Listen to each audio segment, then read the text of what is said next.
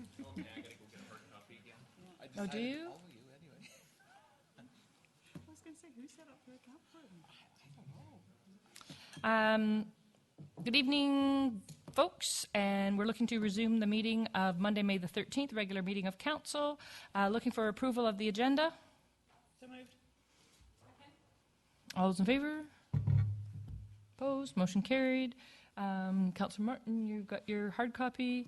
Time for public participation. Is there anybody in the audience that wants to speak to council or have something to say?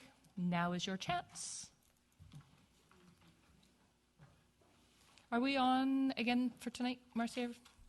So folks of you that have maybe not been here, just on the back wood over piece, there is a camera that's focused on the council table. The microphone is live to the results of the camera, and so that will allow our at-home folks that are viewing this at a time when it gets uploaded, that they can move into the appropriate sections of the agenda. So again, we'll call public participation. Anybody here? Seeing none, we'll move forward. Mayor's message. Just a couple of things to announce, because I've done the overhead on the camera thing. Mother's Day yesterday, I hear the paint-in at Royal Roads was well attended and good things were done.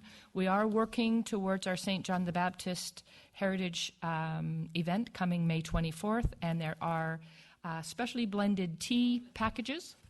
August. What did I say? Oh, May. May. No, not May. August. There are specially blended packages of Colwood Heritage Tea, and those are available at City Hall. Marcy can be directed. They are $5 per package, and there are, what is there, 20, how many tea bags in there? 10? Yeah, 10. Okay. Anything else from anybody? Nothing? Councillor Day?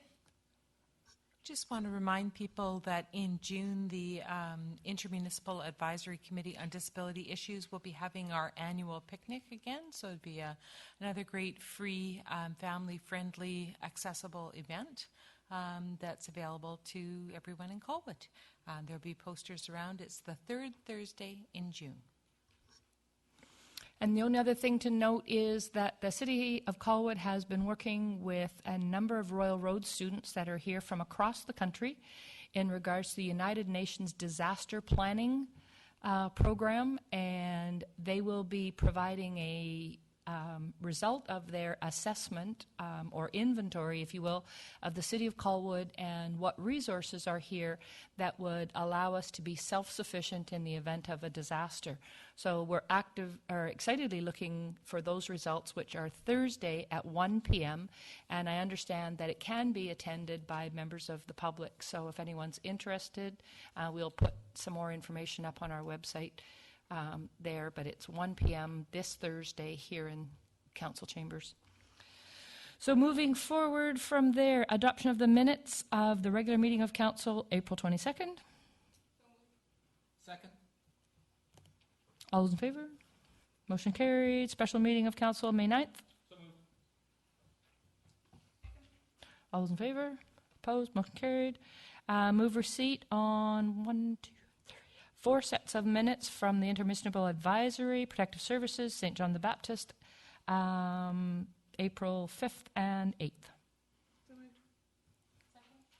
All those in favor? Opposed? Motion carried. Presentations. We have with us this evening Sarah Neely and Sandra Richardson of the Victoria Foundation to present in regards to our possibly joining with us in our City of Colwood Art Legacy Fund.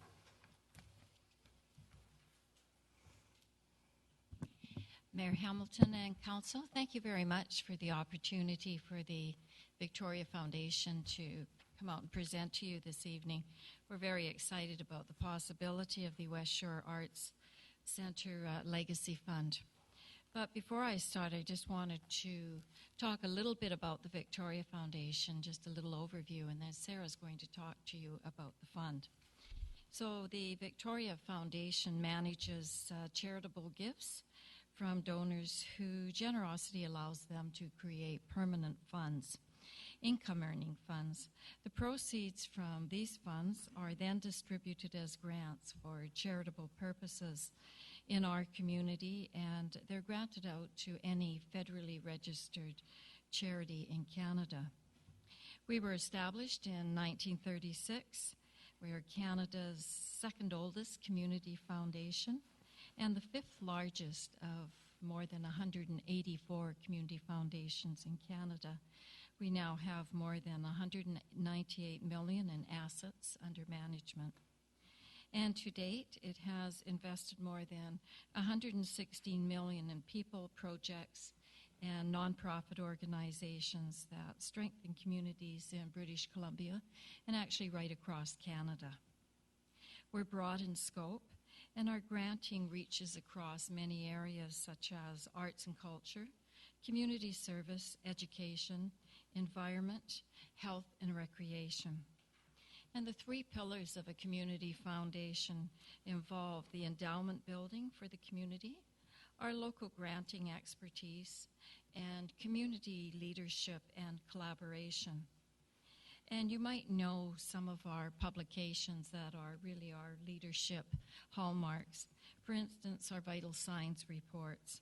It's a community checkup that evaluates the capital region as a place to live, learn, work, and grow. It measures the health of our city and assigns grades in a number of areas that are critical to Victoria's vitality. Information included on this site has been gathered in cooperation with numerous sources that are researching and collecting data in Victoria. For instance, 2 years ago, we took upon ourselves to look at the impact of the arts. What is the economic impact of the arts? And along with you, Vic, and a few other partners, established that the annual economic impact is $169 million a year. So the arts are certainly vibrant and important to our region. Vital Signs helps us to identify a number of issues.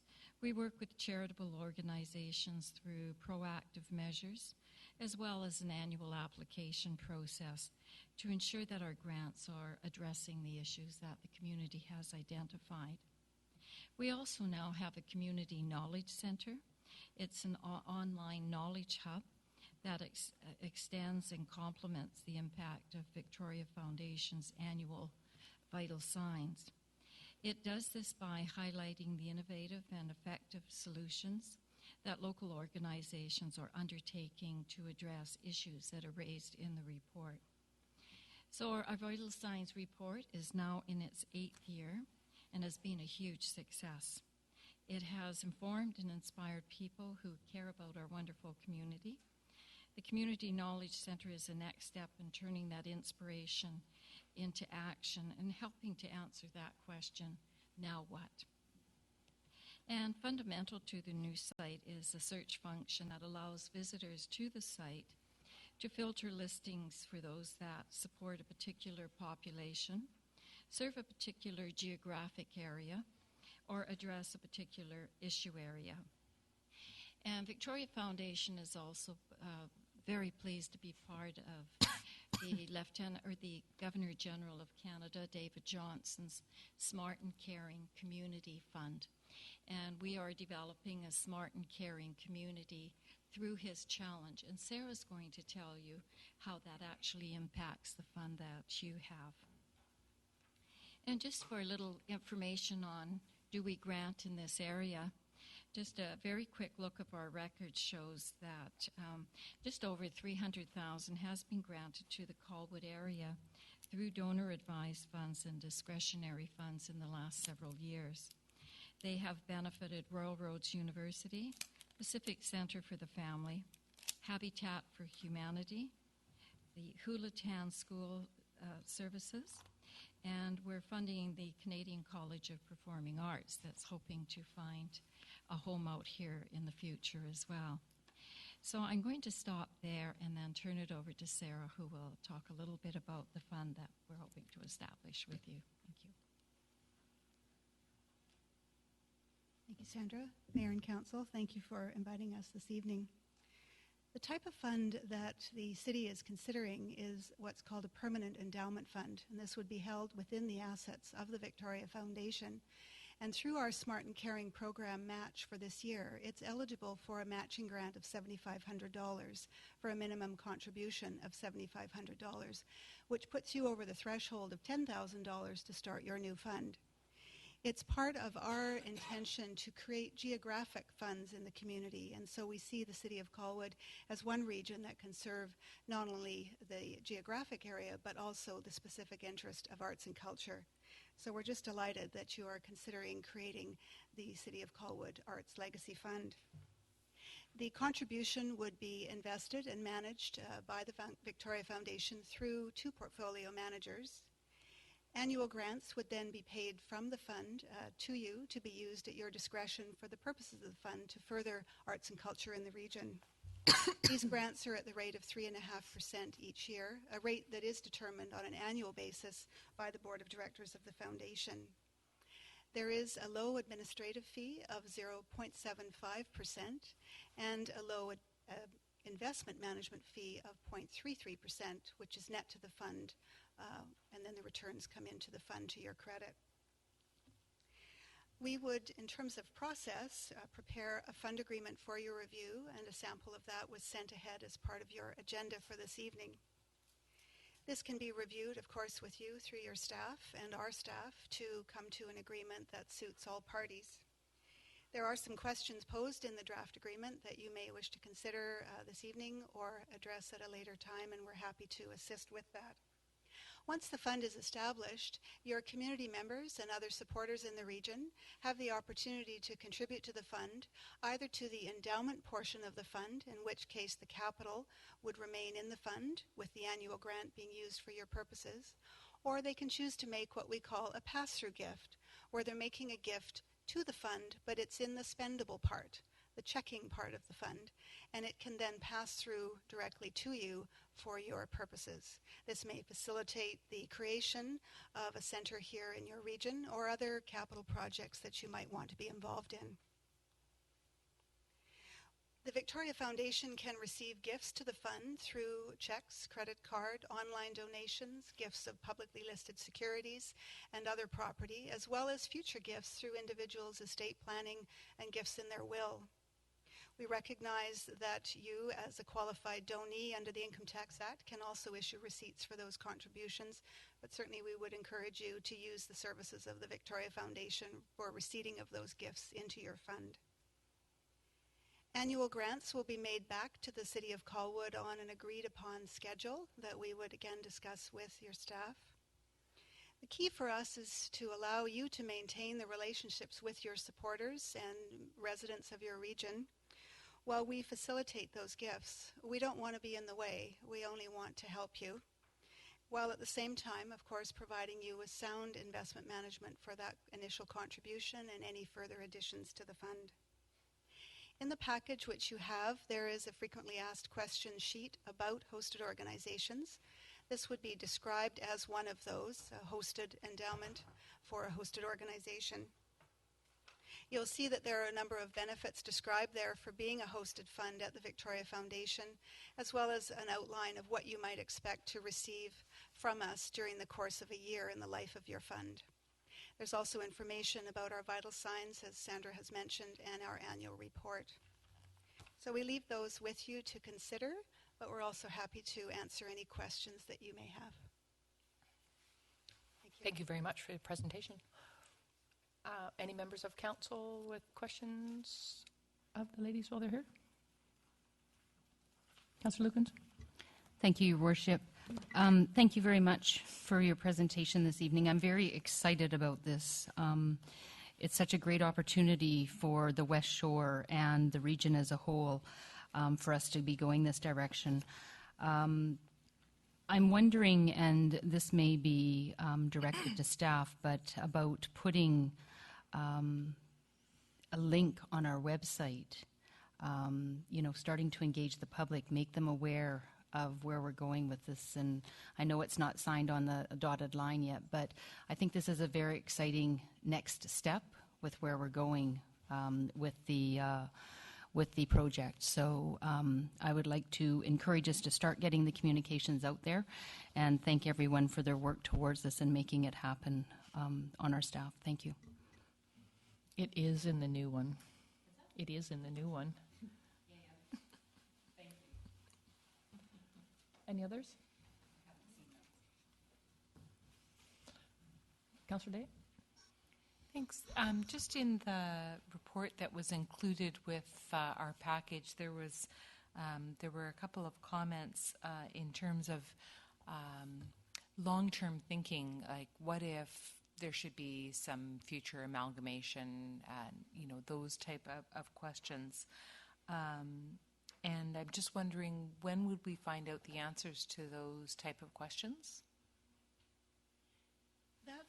Thank you for your question. That's included in the agreement for all of our funds, because we are a long-term body. We invest funds for the future.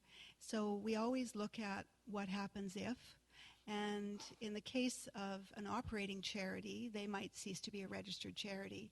In the case of a municipality, they're really, in terms of what could happen, Colwood will always be here, but there is a potential that if there is an amalgamation, we want to ensure that the decision-making related to your fund continues in the way that the founders intended. So that's dealt with through the purposes of the fund, but also dealing with that what-if question. And that may be difficult to foresee, and it may never happen, but perhaps it's more a question of, it's just simply stated that if something should happen, it will be determined between the Mayor and Council of the City of Colwood and the Board of Directors of the Victoria Foundation at that time. Because we're not just going to fall off the earth. There will be opportunity for discussion, but it's just, we want to make sure that your founders have the opportunity to be part of that discussion. And so we would just do perhaps a blanket statement about that in the agreement. Okay, thank you. Councillor Collington?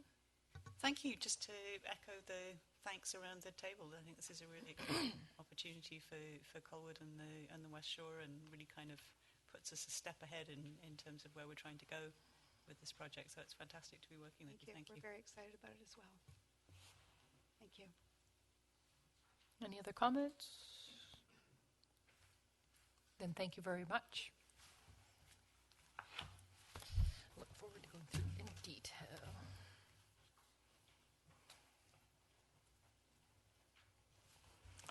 We will move forward then into new business, 6.1.1, St. John the Baptist Heritage Church and Emery Hall Maintenance Protocol. Will that be Councillor Day or Councillor Martin? It will be Councillor Day. Councillor Day?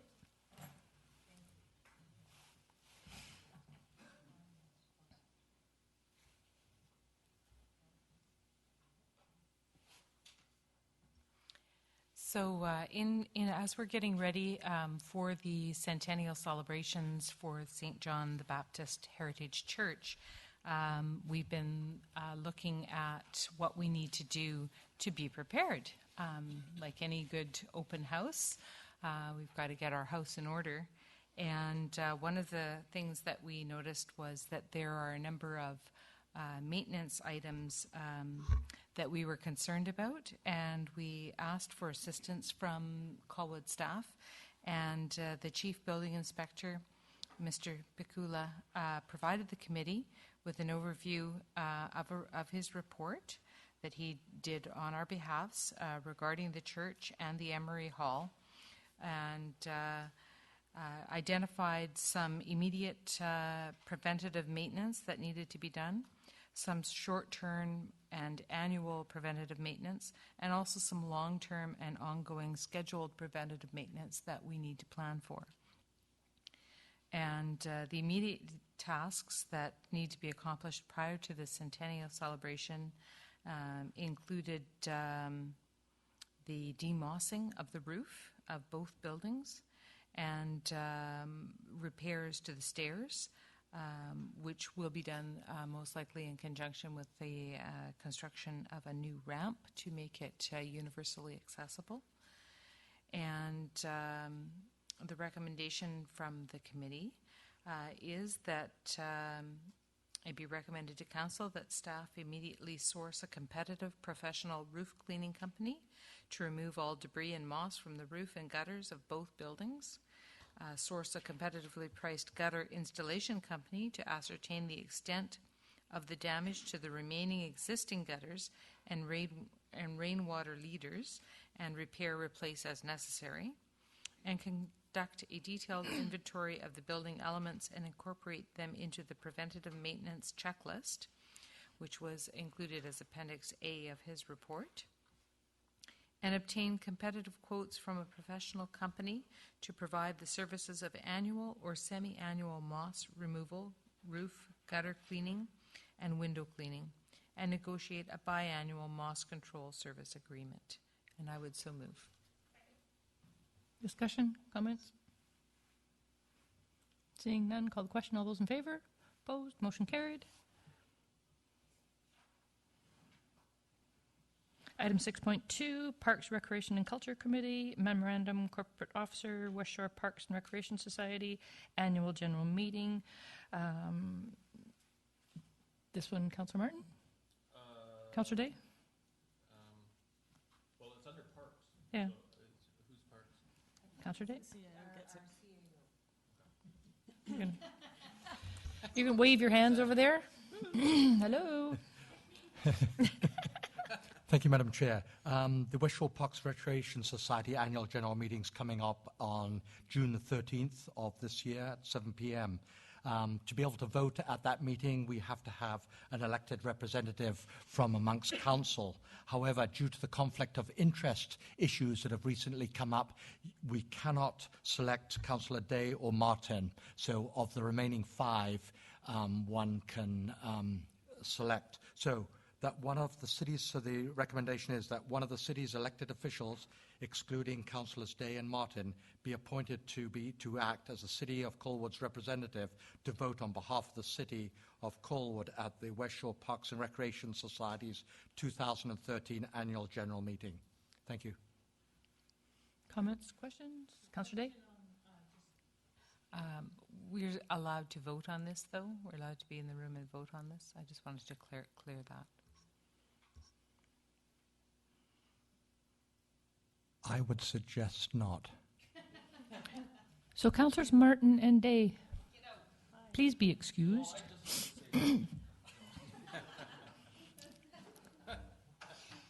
And with that, Councillor Cullington, go ahead. We do still have quorum in the room.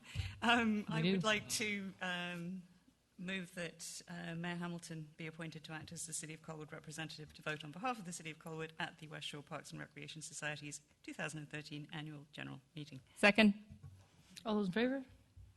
Opposed? Motion carried.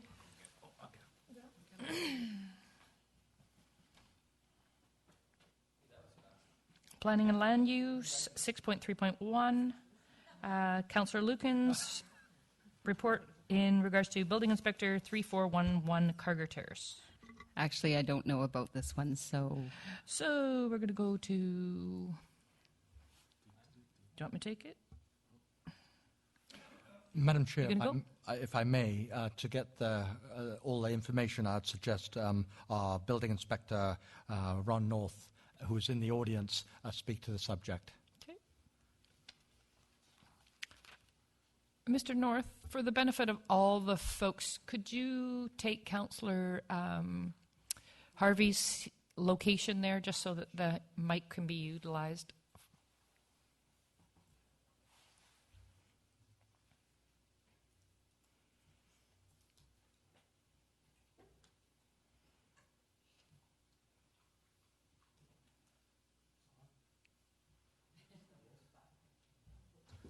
There we go.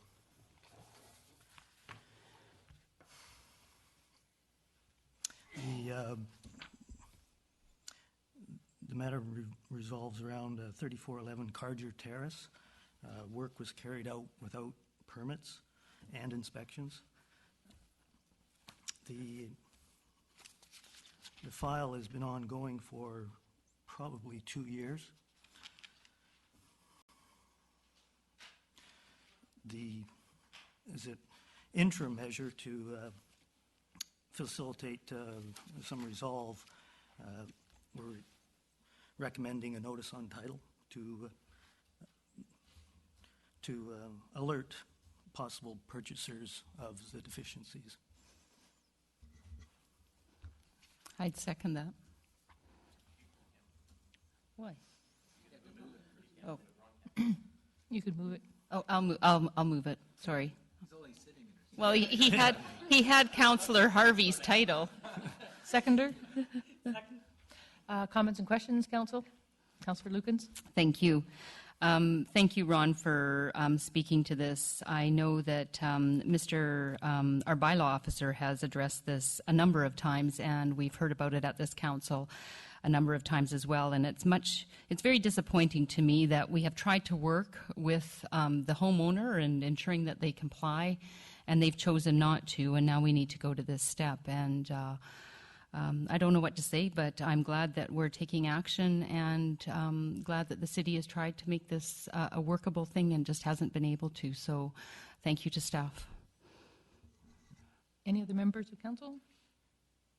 I will say that this property was significantly altered in the creation of these suites within its envelope, and that the owner of the property is an absent owner, so it's complicated things immensely on trying to deal with this, and it has been in front of us on a number of occasions. So to protect the interests of not only future purchasers on that property, but for the city and the rest of our taxpayers, I think that this is an appropriate action to be taken.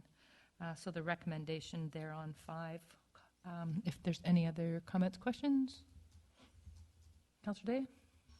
I just would point out that the owner is no longer the owner. The bank is now the owner. So I believe it's completely appropriate that there be a notice on the title of the property, so there's complete clarity for any future purchaser. Call the question. All those in favor? Opposed? Motion carried.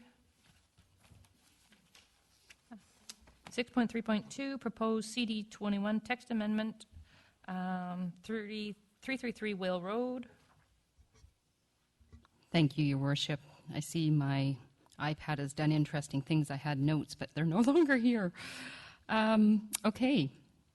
This application has been before council previously last year. It was to be 2 separate buildings that were to be condos, and they're asking for a text amendment to the Comprehensive Development 21 zone in order to add commercial uses to the list of permitted uses. A development permit was issued, as I mentioned, to permit 2 4-story buildings housing 40 condos as I stated for last year. And a development variance permit was also issued to reduce the minimum size of parking stalls. The revised application does comply with the official community plan city center designation and proposes a single 4-story building with commercial space on the 1st and 2nd floors and residential units on the 3rd and 4th floors. The applicant is not requesting any changes to the amenity contribution package, but it is requesting modifications to the registered section 219 covenants, which is identified in the package if you had an opportunity to review it, and it's quite extensive. There was a PowerPoint presentation with respect to the changes in the building and the design layout. One of the items that we know is probably very appreciated is by the West Shore seniors housing or lodge residents, and the view corridors that are going to be opened up because of that. And there was nobody in the audience either supporting or opposing, but they are aware of the information. There was also a landscape plan, and it has been designed using the layout of the land and how to use decorative concrete areas, planters, benches, trellises, etc. It was also confirmed that 2 existing large Gary oak trees and a large fir tree will remain. There was some concern with respect to the 6-meter, what do I call it? Can't remember what the word is. What's the word? Covenant. No. Right away. Yep. Thank you. Service right away. I knew it was an acronym. Thank you. Feeling that that was not sufficient enough, however, it was explained to the committee that when adjacent lands were to be developed, that right-of-way could be expanded at that point in time. The owner of the building does have an anchor tenant already secured. It's Investors Group, which is very exciting. So there was a recommendation, and I so move, that a zoning text amendment bylaw be prepared, including provisions to replace the list of permitted uses in the Comprehensive Development 21 CD 21 zone with the following. Do I need to read all of these? Okay. Number 2, that all provisions in the existing development agreement, the 219 covenants, are retained in new development covenants with the exception of the following to the satisfaction of the Director of Planning and subject to the review by the municipal solicitor. Once again, A through I. Thank you.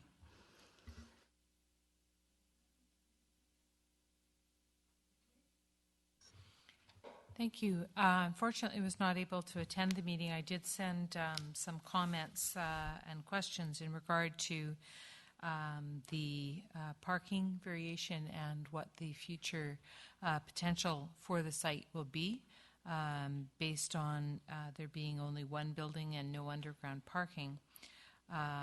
And also I was curious about the secondary suite terminology. It's, now I've forgotten what the name of that is, but lock-off suites are being considered within these apartment units. And I have a concern with the 10 parking stalls that are allotted for the 8 apartments that would be there, and that is including visitor parking of 2 stalls and then 1 stall per apartment. I have a concern because once this is built, it would be very difficult to create more parking in the future. And one of my experiences is in visiting a number of seniors' homes throughout the region that often the seniors who live there are not driving and do not have vehicles that require parking. But parking is nonetheless an issue for people who would like to come visit them for various events that go on there. And I think that it's important that we not build a downtown core where there is not adequate parking. So I'm concerned about that. And I'm also concerned about just the change to what's supposed to be a fairly dense and vibrant part of our community. I think that we need to plan for a good quality development and hold the line in terms of ensuring that what's brought forward is what is built.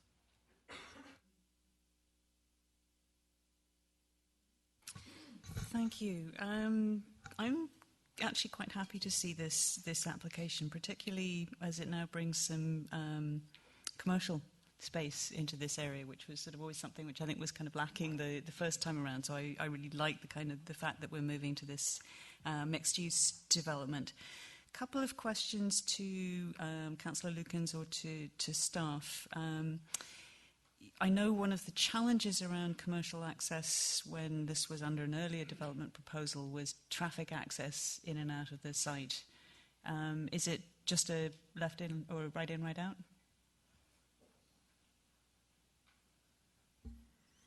I don't believe that limitation has been imposed, no. Okay. So, but you're comfortable that that's a manageable traffic situation? Yes. Okay, excellent. And then the other question was, I know in the earlier proposal there were concerns from folks at the lodge around sort of views and setback distances from the lodge, and I'm assuming with the moving to one building that's actually improved the situation for them? I'm getting nodding heads on both sides, so I'll take that as a yes. Thank you. Thank you, Your Worship. Just to address Councillor Day, my apologies for not mentioning that you had brought forward some questions. And I know Mr. Haldenby had addressed them, but I'm not sure that you were able to see the responses because he had only done it this afternoon. So, Mr. Haldenby, if you'd like to address some of Councillor Day's concerns, so she's aware that they have been addressed, that would be appreciated. Just a question. Did you see the email? Okay.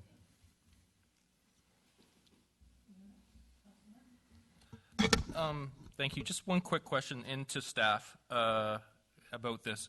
And just looking through the section 1, and I was actually having a conversation just yesterday with a councillor from the city of Langford and around issues around exotic dancers.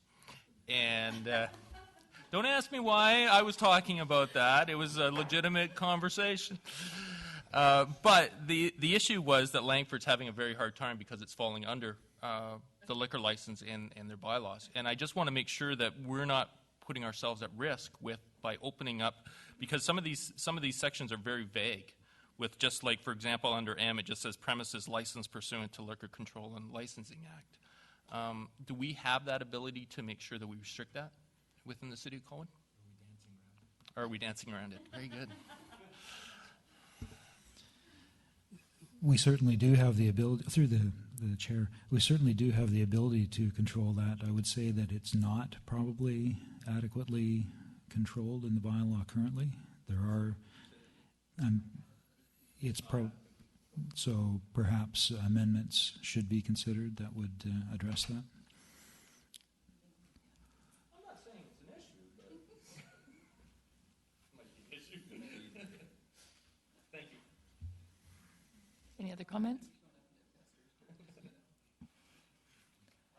Pardon me, before we get away from the subject of this new complex they're going to build on Mill Road, can I speak on that? We don't usually but we'll.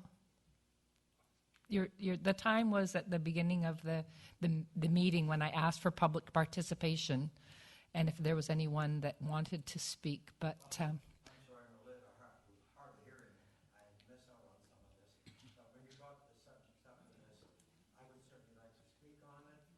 I have lived in 1828 in West Shore Lodge since it opened in 2010, and traffic and getting in and out there is a big concern to us. Okay.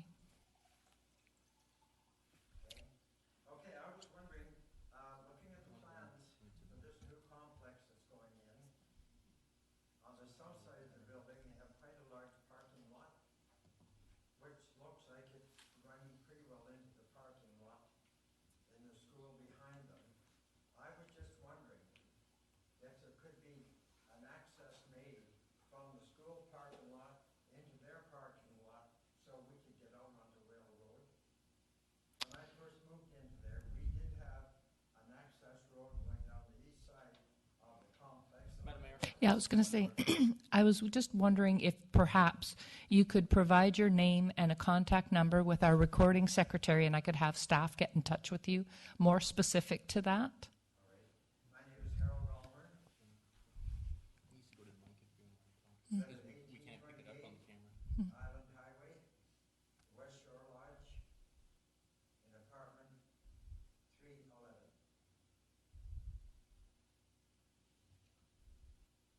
Did you get?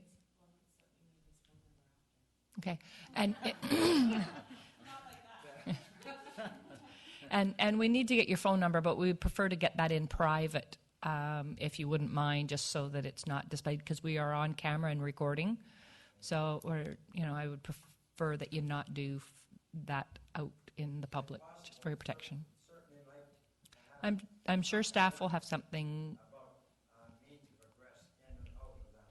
Okay, well, that's a matter to be taken up with staff. Thank you. Going back then to our table and discussion. Any further discussion? Call the question on this recommendation. All those in favor? Opposed? Motion carried. Moving forward into 6.3.3, land use bylaw number 151, amendment daycare use. Thank you, Your Worship.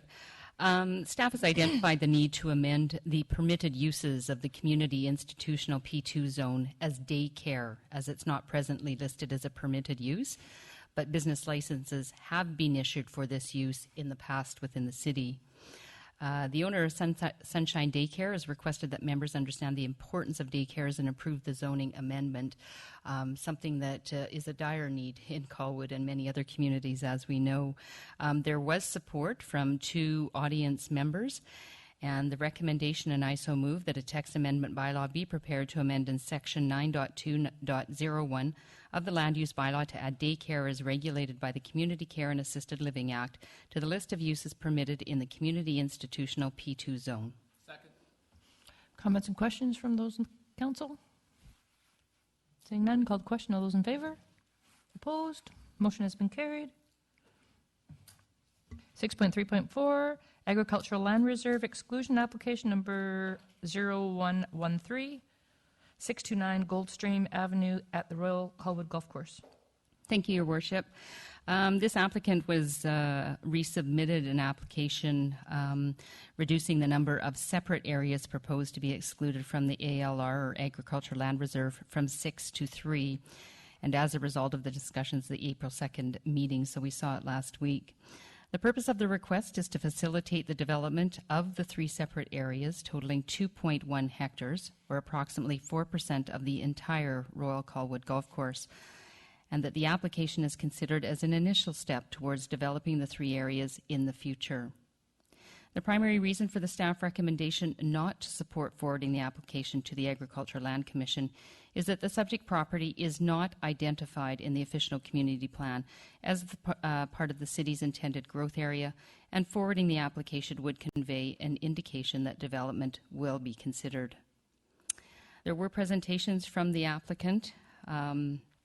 It was explained by the representative that the land is designated green space according to the official community plan, but the purpose of the ALR is not to preserve green space, but to protect agriculture land. There were a couple of speakers from the audience that were in support and opposed to the application.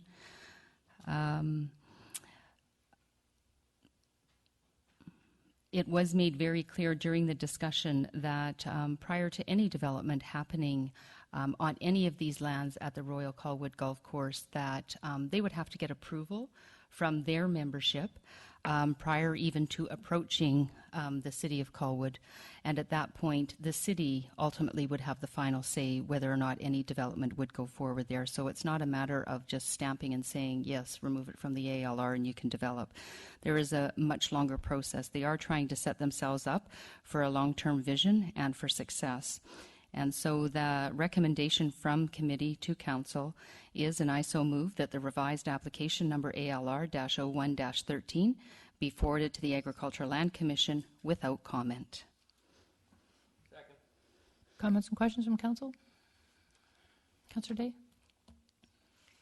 Thank you. I realized that the Agricultural Land Reserve was set up to protect farmland, but that isn't what it became. And there is a number of parcels throughout many jurisdictions that do not have agricultural land value but have green space value. And that I don't think that's our issue to solve or resolve through this. But what we do have is green space that's very valuable to all of Colwood to look at. And certainly when we were doing our OCP, it wasn't considered for development. It was considered as green space. And I think that it's a very short-sighted vision that would provide a very small amount of moving forward for the financial position of the Colwood Golf Course. And in the long term, I don't see that it brings a great deal of benefit to the city of Colwood to forward their application to remove lands from the Agricultural Land Reserve. So I won't be supporting. Councillor Collington? Thank you. I've certainly struggled with this one as well. The ALR is an odd tool in some ways, but I think it's also been very effective when you look at it big picture in terms of how it's worked. I know under applications like these, you basically get 3 choices. You can forward it without comment, you can choose not to forward it, or you can forward it with comment. And at the original meeting with the Planning and Land Use Committee, there was certainly concern about, the number of different parcels and the overall impact on, land that clearly isn't the most fabulous agricultural land, but that taken in its entirety is nonetheless an important piece if at some unknown future we were looking to get agricultural land again. I'm appreciative of the fact that the group came back with a reduced list, but I still have significant issue, particularly with one of the parcels. I think it's the one that's listed as number 3. It's the one along Aldine Avenue, and it just feels a very uncomfortable piece. And I feel that if we forward this off to the Agricultural Land Commission, there is an implicit piece that we are at least willing to consider the application. And for myself, I feel that I couldn't do that, so I will be voting against this as is. Councillor Logan? Thank you, Worship. I will actually be supporting the recommendation, and I think the only thing that has been harvested from that property are golf balls out of the roughs and all the hazards. So, and really, we have to remember that that area is not a park. It's actually a business, and it's a very large chunk of property. And I appreciate that the applicant has withdrawn 3 chunks of it. Although I too have a few concerns about the area on Aldine. However, the area in the Colwood Corner city center area could be a very valuable addition to the municipality, and really expand the development potential within our city center, and create some additional tax revenue. We can see, should the city decide to move forward and support some development, you can look at Gorgeville Golf Course as a great example of some structures that were very well done. It's attractive along Craigflower Road. And as the chair of the Planning and Land Use Committee had mentioned, this is it's just not a done deal. There's a lot of hoops to go through, and I'm not sure that it's necessarily our job to quash it. It will go to the Agricultural Land Commission, who will have the final say on it, and that's where I think the ball should rest. Thank you. Councillor Lugans? Thank you. I just want to speak to the land on Aldine Avenue. I did take the opportunity to go out and tour all of the sites at the golf course, so I could see exactly what we were up against. And if we wanted to use any of those lands for foraging food, many of those trees, in fact, all of those trees would have to come down, and I think that would be more upsetting to the neighbors than not. But on Aldine Avenue specifically, I think that size of that site is about 11 acres, and it is less than half of it that they're asking to be removed from the ALR. So there's still probably 6 acres of buffer between what they're asking to be removed and what would be removed. So if you go out and take a look at it, you can see it. And the trees in there are not of any value in there. There are about 4,000 trees on the site plus that have been tagged and marked, and they do have a strategy for tree retention. But there are a number of trees in there that are just alders and, useless trees, in my mind. Councillor Day? Thank you. I would just remind Council that our view of agriculture is a bit colonial, and that there are a number of cures being contemplated for cancer that come from what most people would consider a junk tree in the forest. If you've ever seen a yew tree, you would be pretty unimpressed with what it looks like.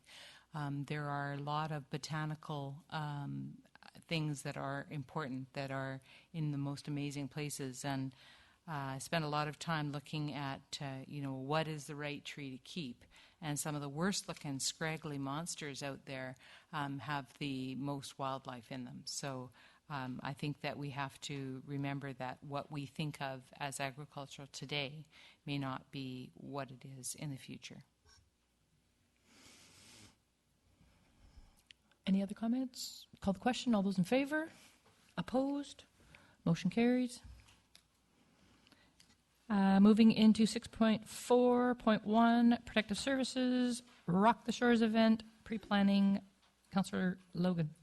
Thank you, Worship. July 13th and 14th, Rock the Shores is making a return appearance to the City of Colwood. Not sure if they're bringing the same pyrotechnics as they did last year. But nonetheless, committee did receive a report from the Fire Department and Bailon Municipal Enforcement Division. Unfortunately, because of the leadership transition at West Shore RCMP, we didn't receive a report from them. But we were told that there have been a couple of stakeholder meetings that have been held to date, and both fire and bylaw and the RCMP will actually see an increase in the service delivery costs as a result of the extra day. The promoter so far has been happy with the feedback that he's received thus far, and there appears to be no issues at this point in the pre-planning stage. It should be noted, too, that the city will not be on the hook for the additional costs as a result of the Rock the Shores, which is basically the same situation that we were in last year. The event did cover our additional costs. We did talk about the need to update the traffic management plan for this year's event. Mr. Pease, our Chief Administrative Officer, actually brought up an excellent point at the meeting that when we're drafting this traffic management plan, that we actually need to take into consideration the new crosswalk that is installed or being installed on the Island Highway. And what the associated change in traffic pattern will be with that, with the lack of left-hand turn lanes, left-hand turn onto the Island Highway. It was recommended by committee, and I so move that staff be directed to update the traffic management plan for the 2013 Rock the Shores event to reflect the recent installation of the crosswalk and traffic pattern changes in the 1700 block of Island Highway, and that prior to approval, the municipal engineer be directed to conduct a final review of the traffic management plan to ensure the new infrastructure and traffic pattern changes are considered in the review. Comments, Thornton. questions? Second. Councillor Martin?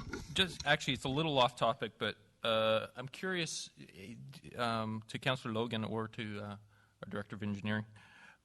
Has anything been addressed regarding the Shamrocks May 15th tailgate party that they're planning on having for their game opener? Because I know that they have applied through being chair of West Shore Park and Rec. I know that the city has issued permits, and I'm just wondering if it has gone through your committee at all, Councillor Logan, or if the staff or what the plan is for security and RCMP and so on. I know the Shamrocks are involved in that, but I'm just wondering what the involvement of the city has been. Yeah, it has not come to the Protective Services Committee, but I will say that generally those events are, although well attended, the people there are well behaved, and the traffic isn't an issue. There's no more or no less attendance as a result of the tailgate parties that would normally go to a game. The Grizzlies actually have a similar event as well, and I've been to both, and they're more family friendly. And to my knowledge, at least, there has been no concerns from a fire department or RCMP or municipal enforcement point of view. I can't speak to the engineering aspect of it, but certainly from the Protective Services point of view, it hasn't been an issue. And I will say that, reflecting back to last year's event on the single day, 12,000 people in attendance, and the traffic was minimal. They did an excellent job on shuttling for park and rides. There were over 1,000 that biked in through the trail system. And so I know coming through there, anticipating a fair bit of traffic on that Friday. In fact, it was probably the quickest commute ever experienced through Colwood in traffic time. So I'm looking forward to this event, and I think that this is appropriate on the recommendations. So calling the question, all those in favor? Opposed? Motion carried. Protective Services 6.4.2, reducing default speed limits for municipal roads. Thank you, Your Worship. As people are probably aware, the City of Victoria is advocating that we reduce the default speed limit to 40 kilometers an hour from 50. This was a recent topic at the Association of Vancouver Island and Coastal Communities Convention that was just held in April. That convention has decided to vote in favor to forward the resolution to the Union of BC Municipalities Convention in September for a broader debate. We had a discussion at the Protective Services Committee, and actually I was quite surprised that there's significant opposition to the reduction of the default speed limit for a number of reasons. As it was pointed out, that it really tends to create a divide between rural and urban municipalities. So one example was, imagine if you're in the sticks up in northern British Columbia and you're having to go 40 kilometers an hour. You know, from that perspective, it just didn't make sense. In a community such as ours that relies heavily on volunteer firefighters, what that does is actually lower the response time, or actually increases the response time and lowers the ability for our volunteer firefighters to get to the fire station in a timely fashion, because they are required to follow and obey all the posted traffic signs and speed limits. The fire chief spoke quite eloquently, actually, against reducing the default speed limit for that very reason, as it's just another obstacle of preventing the firefighters to get to the station. We fought off traffic humps and other measures that have an impact on those responding.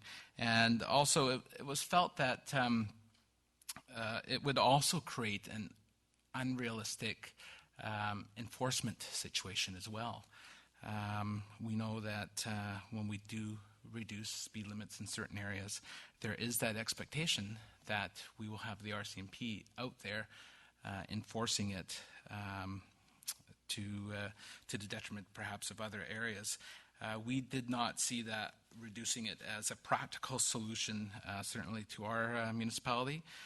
And it was recommended quite unanimously from committee, and I so move that the City of Colwood oppose any change to the Motor Vehicle Act to lower the default speed limit to 40 kilometers an hour as proposed to the Union of British Columbia Municipalities by the City of Victoria in their letter dated March 7th, 2013, and that staff be directed to send a letter to Mayor Fortin of the City of Victoria and to the Provincial Motor Vehicle Branch confirming the City of Colwood's position on the issue. Question? Councillor Collingwood? Thank you, Madam Chair. Through you to Councillor Logan, just a question.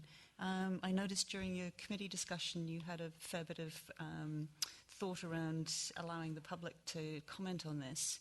And I wondered, since we know that this is going to UBCM anyway, would you think it valuable to, at very least, put a note on a website saying if people have strongly held views one way or t'other, that they be encouraged to send us an email?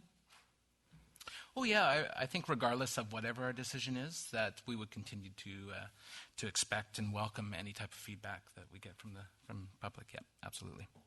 And I just wanted to say I'll be supporting the recommendation because I think on a province-wide basis it does make sense. But I think when we look specifically at Colwood, we should always remember that there are some real advantages in slowing the traffic down because it's actually good for our businesses. So I think it's always worth looking at some opportunities within our community. Thank you. And there's nothing stopping for municipalities from doing that as long as they post the appropriate signage. Any other comments? Call the question. All those in favor? Opposed? Motion carries. Moving in then, 6.5.1, request for relaxation of bylaw number 38, Colwood Noise Bylaw 1986 in regards to CRD water main crossing on Souk Road. Thank you, Madam Mayor. This is one we've seen something similar in front of us before. CRD is doing some water improvements and wanted to work at night time so that they could reduce traffic congestion on Souk Road.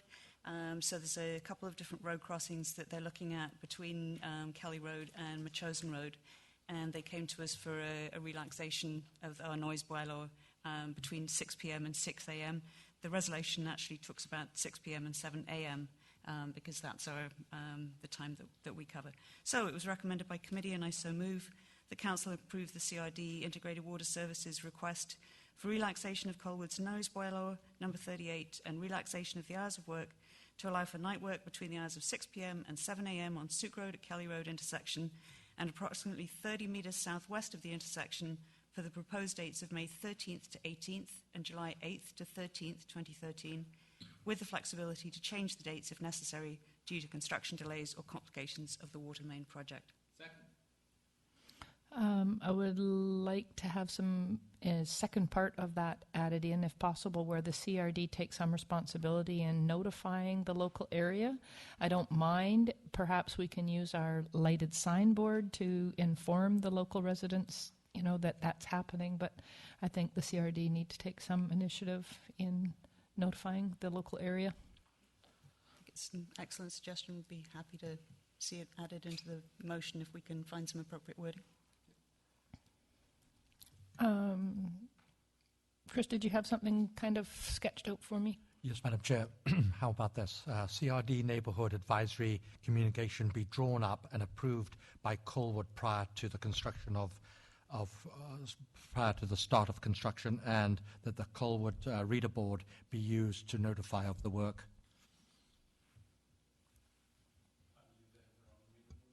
Do they? Okay. They can rent ours. Whatever's appropriate, I just want as much information out there. We had issues not all that long ago when we had to do sewer lines in at Mount View Avenue, and it went on at night work and that sort of thing. So the more information we can get out to our people, the better things go. Councillor Day? I'm just concerned with regards to the notification, because the dates are starting tonight, going until the 18th, so we don't have any time to do that notification piece. I think there's still room or time for them to do something. They send out media releases all the time.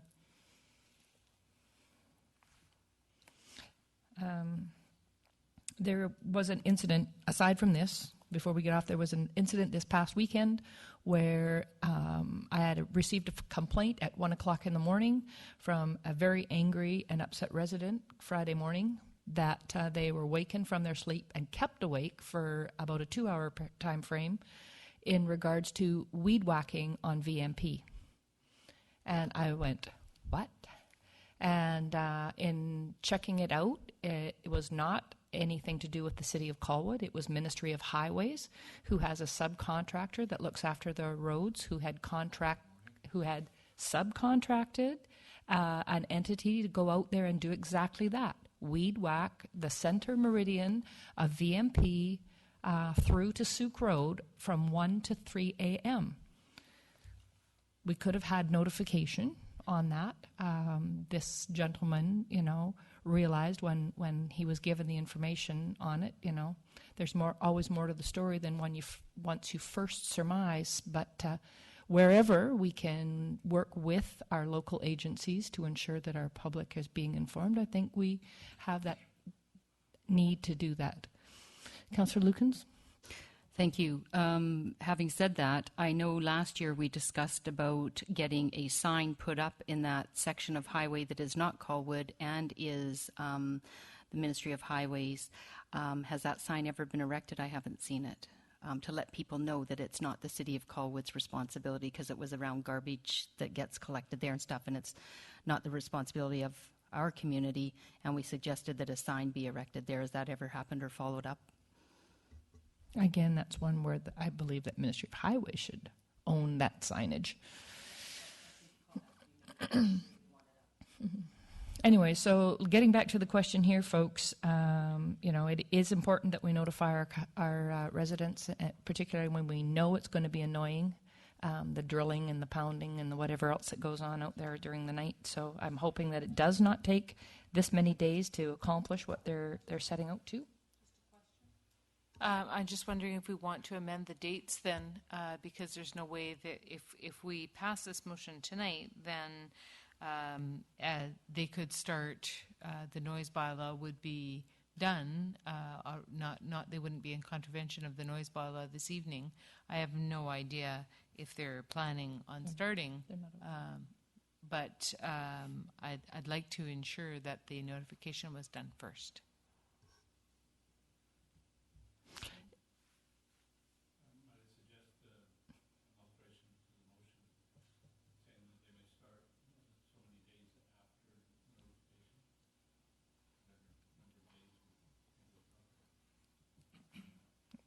A week or 3 days. 3 days of signboard and whatever is. 48 hours? Okay. So 48 hours on that notification, Mercy, then, in that second part? So I'll move an amendment that we,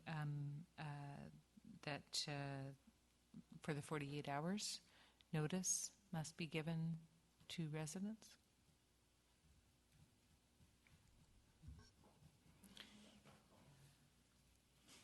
Right. I have a question through you, Madam Mayor, to our Director of Engineering, I guess, would be the question, have they already booked the work? Like, my concern is that this going through committee and stuff, and that they were asking for a specific date between May 13th and 18th. I mean, if we're requiring 48 hours notice, they're not going to get that work done at all today. Or this week.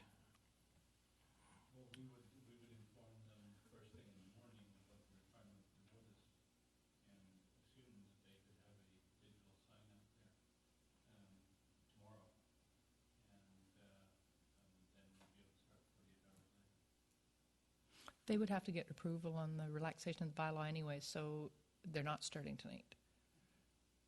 Well, I understand that. I guess it's just, I'm just not sure where the dates came from, the May 13th through 18th. I mean, that's this week, right? And if I don't know how CRD schedules their work, but I'm assuming they've scheduled their work for this week, for this location, hence the reason they requested this date. It's a question, not a statement. I don't know. Yeah, those are the dates they put on their application, but by law, they cannot start until they actually receive approval. So I think what has to happen then in the flexibility of the motion is that those dates be given some latitude of shifting. And Madam Mayor, the motion is written to allow flexibility in the dates if necessary. So. Okay. Call the question. All those in favor? Up. Sorry, are we voting on the amendment first? Oh, yeah. The amendment? Yep. Yeah, so we're voting on the amendment first. Yep. Okay. All those in favor? Opposed? Motion carried? I think Rob seconded that amendment. Sure. Yes. Pretty sure I did too. He did now. He did because you spoke to it. You had to second it before you could speak to it. Absolutely. That's why I seconded it. Main motion, then going to the main motion. All those in favor? Opposed? Motion carried. 6.5.2, City of Colwood contract with NRCan for Solar Colwood program. Councillor Cullington. Thank you, Madam Mayor. I'm not going to go through the report in great detail. Most of you were actually at the meeting. But I thought I'd give it some kind of introduction and context and maybe try and answer some of the questions that I know are out there. There are basically three parts to this. The first is looking at extending the program which is currently scheduled to end March 2014, moving that out to March 2015, so one additional fiscal year. The second part of it is expansion of one part of the program only, and that is the grants for the solar hot water, and allow those to be accessed by residents and businesses right throughout the Capital Regional District, so Gulf Islands, Port Renfrew, the whole Capital Regional District. And then based on that, adjusting the program targets accordingly. I mean, I think it was sort of clear at the meeting from the presentations from the report that there are a number of parts of this program that have been incredibly successful and probably even more so than was anticipated when the program was first put together. We've now got our municipal pieces. We've got the solar hot water and PV at the fire station. We've got our EV charging stations up and running with the appropriate stickers. We've had nice kind of add-on pieces like becoming a pilot community for the ductless split and for the Power Smart Home Loan program. We've got, as of today, 97 ductless split systems out of our original 120 targets. We've got, 14 different partnerships. We certainly heard from residents at the meeting giving kudos for what this program has done. Also, a huge amount of kudos coming from outside of the community, and capped off really by being a finalist in the Earth Hour City Challenge. But it's also obvious that there's still work to be done. I would note that sort of at the outset of this program, there were a number of folk in the community who didn't necessarily support this program and perhaps still don't. And I would really like to thank Councillors Martin and Lukens and Day for the work that you guys did going through all of the background detail. It was a huge amount of work, and thank you for it, because I think you really kind of helped people to understand that there weren't the great financial issues behind that. Having said that, we're clearly well short of the solar hot water targets that we set ourselves at 34. We're still kind of better on a per capita basis than Solar BC, but well short of that very ambitious target that we set ourselves. And we haven't been able to move forward on the Capital City Centre part of the project as of yet. So just to kind of go through those pieces. So the thinking behind the extension for 1 year. So obviously there's no additional grant money from NRCan. We're simply looking at a longer period of time in which to spend that money. So the reasons for considering that, certainly it's of value to our homeowners and businesses to give them longer to access the grants. One of the nice things is that a spin-off of this program has been that one of our solar installers has been working hard on getting a much cheaper solar hot water system, and so we're hoping that he's able to roll that out by the end of the summer, and it gives people longer to access that. Another piece of that is the Capital City Centre, obviously a very significant development in this community. They were always part of this proposal. There's something like $500,000 of the grant allocated to work that they intend to do. But the way that their project is moving forward, they want to be able to attach the solar panels to the Sky Tower, and that's not going to be at a ready enough stage by March 2014. So the extension of a year really allows them the opportunity to participate in this program. It does mean that there's a slight rise in administration costs, because obviously you're covering an additional year. But what's happened is both City Green and Solar Colwood Finance Director have looked at ways to kind of reduce their annual costs, and also those costs would still remain 100% covered under the NRCan grants. The other advantage, of course, is the longer time we leave, the more grants we actually get out there into the community, the more we're actually getting invested locally.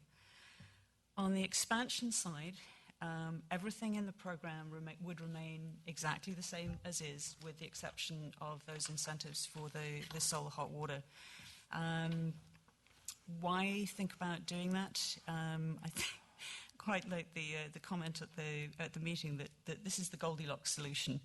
That this program was built looking at the work that Solar BC did And we said, wow, the province is really too big an entity to look at doing this kind of program in. Effectively, what happens if we bring it down to a community level like Colwood? I think what we discovered was Colwood was too small to be able to get the kind of numbers that NRCan is looking for. So what we're hoping is that CRD is the kind of the just right solution. So I think it's important for NRCan to kind of get the kind of numbers that they were looking for, enough uptake to report success, and obviously that's good for Colwood too, and it also continues to see dollars invested locally. One of the advantages of that is that the CRD have expressed willingness to come on board as a partner. So they would really take on the marketing of this program on a regional basis. So we're not asking our City Green team to take on that bigger role. That really belongs out there at the CRD. And what we've also found is that the installers themselves are actually a really important part of the marketing team, and that they actually do a lot of work themselves. In pulling this proposal together, there are really a couple of very important principles that were kind of foundations for the discussions around that. And the first is that there be no increased cost to the Colwood taxpayer.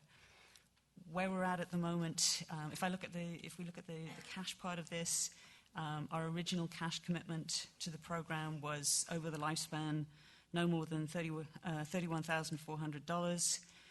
To date, we've spent only a little bit over $8,400 of that, so we're clearly kind of well below that mark, and expect that even expanding and extending the program, we're still going to be well short of that $31,000. The contracts for our Solar Colwood finance director and the City Green team are 100% covered by NRCan grants. So there's no implication in that. And interestingly, with the switch from HST back to PST-GST, neither of those two charge PST, so we don't have to pay that.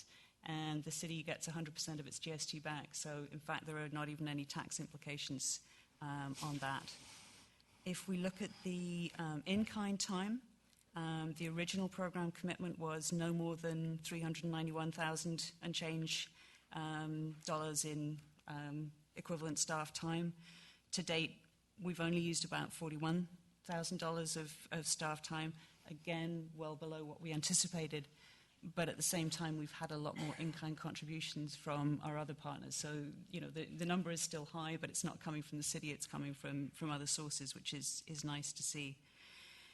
It's worth noting that I think probably the heaviest investment of staff time happened right at the beginning of the program. There's all of the kind of startup, getting it up and running, and there was also a fair amount of staff time invested both in getting the Firehall solar up and running and also the EV stations up and running. That piece is now done, so the expectation moving forward is that we're looking at kind of relatively limited amounts of staff time, although clearly still some. So how do we make sure that Colwood taxpayers are paying nothing towards the expansion of the program?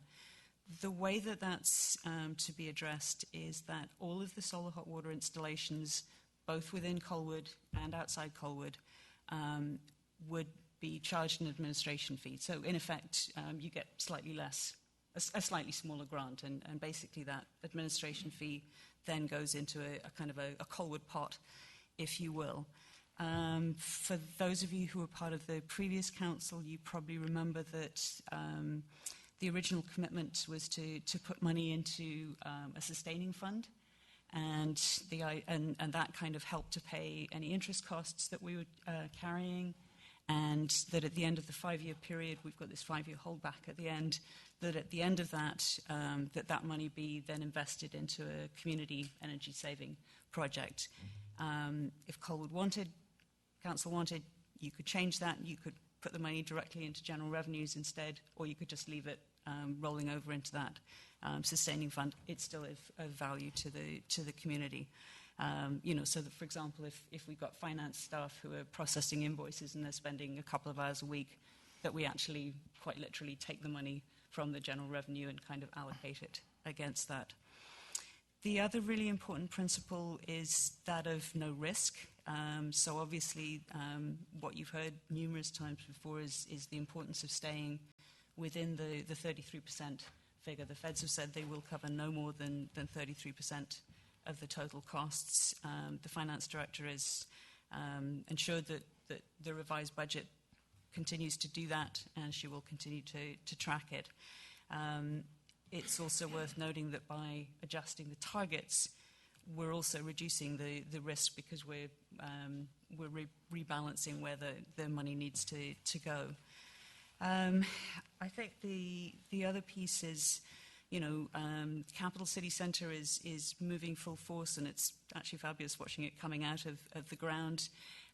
If through whatever circumstances beyond their control they got delayed further and didn't fit into the extended timeline of the program, the only downside is that essentially we leave that money on the table and don't get to access it locally. There's still no risk to the Colwood taxpayer per se.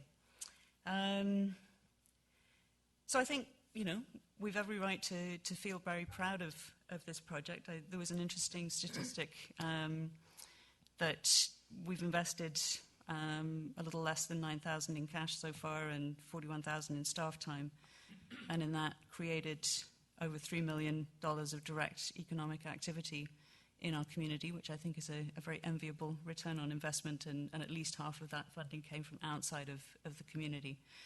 It was quite fun watching a couple of the committee members who said, well, I've kind of been not sure of this program, but one of them is now kind of been in contact with our guys and really kind of quite excited about the idea of what he can do at his own place. So it was recommended by committee, and I so move that Colwood approve a request to ask NRCan for an amendment to the Solar Colwood programme to allow for a one-year extension of the programme to March 2015, an expansion of the solar hot water incentive to residents and businesses throughout the Capital Regional District, and make adjustments to the applicable programme target to 300 solar hot water systems, 200 ductless split heat pump systems, 100 smart home systems, provided that this can be achieved with decreased cost to Colwood's taxpayers from both expenditures and in-kind city staff time. Second. Comments and questions?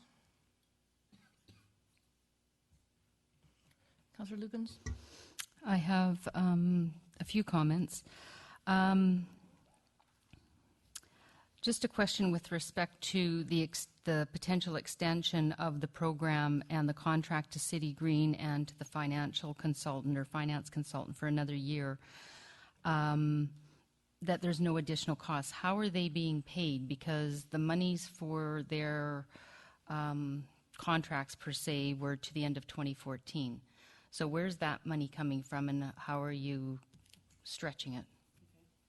I'm going to simplify it and say what we're doing is adjusting the overall budget so that there would be some more money dropped into the administrative part of that.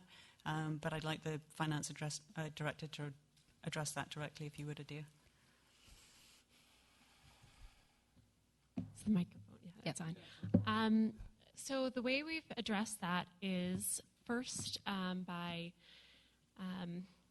essentially the City Green's budget has been reduced to 150%. So, increased to 150%.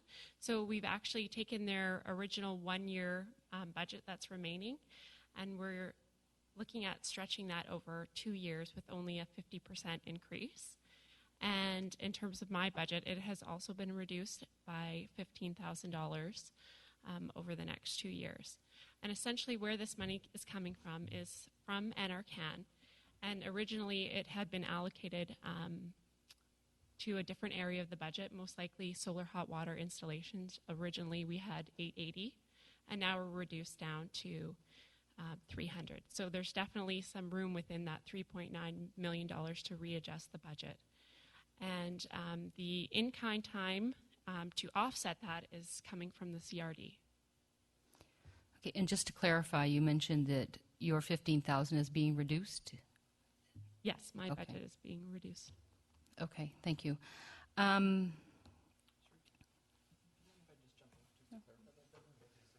Adia, could you? Sorry, may I? yeah. Just regarding that specific question, I'm confused. Your 1-year budget would have been more than your 2-year budget that's going to be reduced to 15,000? Sorry, You're going to the same situation. So with, I'll clarify that. So City Green's original budget has been over 1 year would be 100% and is now 150%. With my budget, I'm not quite double. I'm $15,000 less than that. So originally I would have been 88,000, and now I'm only what is that? 73,000. Thank you. With respect to no additional cost to our city, I know that you mentioned the numbers of 8,000 and about 41,000 for staff time. What are we anticipating in the end, the staff commitment to be in the end dollars? We are budgeting about $6,000 per quarter, so $24,000 each year, and we think it will in fact be far less than that. Last quarter, excluding the EV, our staff time was about $3,000. For the quarter? For the quarter. Was that in kind or in cash? In kind. Thank you.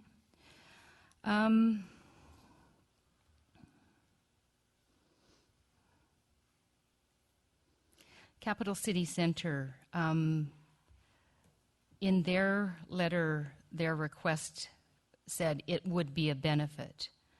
Are they able to take advantage of the grants, et cetera, prior to the expiration of the original contract in 2014, or must they do it within a certain time frame, procure and install in a certain time frame? I'm just wondering what the gap is, because they don't say it's going to basically put an end to their project of taking advantage of this. They say it will be a benefit. So, Madam Mayor, maybe I can answer part of that, and I would encourage either Michael or Adia to jump in as well. Under the when we first put this proposal to NRCan, the thinking was that we would be doing work on top of the Terra building. That's the one that the London Drugs and the residential piece. The challenge with that is that by the time you put the Sky Tower up, it then blocks a lot of the sunlight onto the Terra building. So we realized that that wasn't the best place to put the solar. So they've actually kind of come through with some more creative use of solar that they want to put on the Sky Tower. And of course the timing of that is that it won't happen until after that, certainly after that March 2014 deadline. And the challenge is, and yes, we did ask this of NRCan, can we can we buy the solar panels and then install them later? But no, it has to be, they have to be up and running by that time. Michael, did you want to add to that? Yeah, they have to be up and running if they're going to get the full amount of the grant. Yeah, yes. Is your mic on, Michael? Sorry. And the building inspector and I sat down with Don Garner and went through the timetable and determined that the Sky Tower will not be complete by March 2015, but they can still, it'll be structurally finished, and they will be able to install the panels on the roof and use the power from the panels during construction. So it will be up and running and providing power. So my question to further that then, if there's delays, which we know there always are in construction, and particularly towers like this, now runs much later, are they going to be able to take advantage of the grant if that's the case? Well, because they are going to use the power during construction, they just have to get the structure complete. They're estimating that would be completed 6 months before the deadline, the new deadline if the extension was there. So of 2015? Yes, it'll be completed in 2014 in the fall. Okay. So that gives them 6 months for delays. But, yeah, you never know in the development world. Thank you. With respect to the Capital City Centre and the program, I understand from Councillor Collington's explanation, and I was here for the meeting, that they'd like to expand a certain component of it to the CRD, which I think is great. I'm not convinced that the City of Colwood would continue to need to utilize our staff and our time for that. I understand that, primarily the contractors do most of the submissions and applications. However, I know our finance staff still spend a specific amount of time processing those entries. So my question to you is, if the grant was not extended as a whole to the CRD, et cetera, could it be extended just for Capital City Centre? That question has been asked by IDEA of NRCan, and they said no. Okay.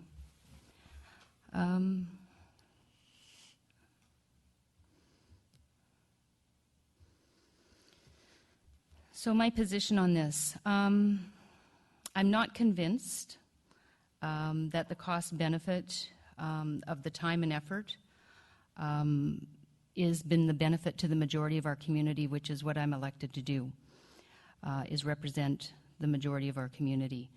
I do appreciate what the program has provided the city from a recognition perspective, from a marketing perspective, for the climate change that we know that is coming and was very highlighted at the AVICC convention just recently. Association of Association of Vancouver Island Coast Communities. It was very highlighted that there are things that we have to tackle, and I think we have to tackle them as a region.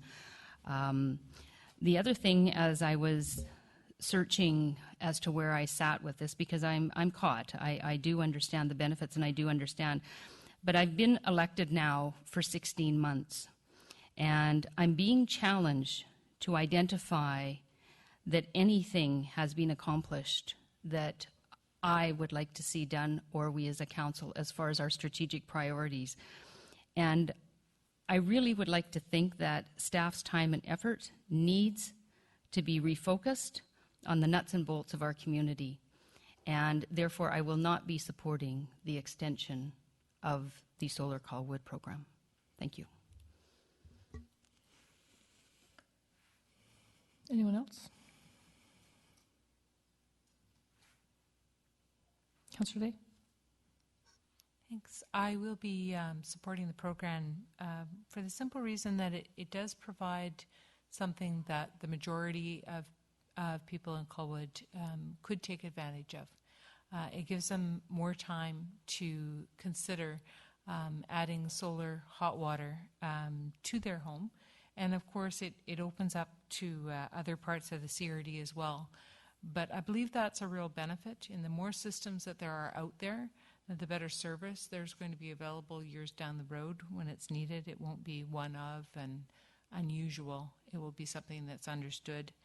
And it will make our adopters' homes more affordable, something that we certainly need in Colwood, and something that Colwood was founded on, was on the basis of being a more affordable part of our beautiful region. So I know that there has been a great deal of effort put forward to get this program up and running, and a good amount of staff time.